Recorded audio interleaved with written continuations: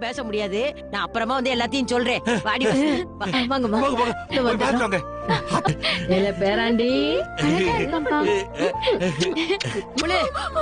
Tamil push பண்ணுங்க. தமிழே தமிழே கொஞ்சம் பொறுத்துக்கமா. ஒண்ணுல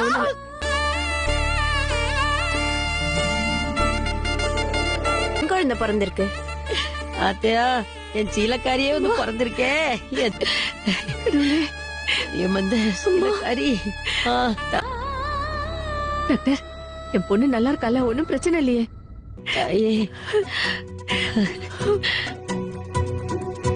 அப்பா, ரெண்டாவது குழந்தை. ரெண்டாவது பெண் குழந்தை பிறந்திருக்கு சார். பெண் குழந்தை. ரொம்ப நன்றி டாக்டர், ரொம்ப நன்றி. வணக்கம் டாக்டர். உனக்கு ஒரு தங்கச்சி பிறந்திருக்குடா. தங்கச்சி பிறந்திருக்கு. உங்களுக்கே நல்லா இருக்க நீங்களே சொல்லுங்க மச்சான்.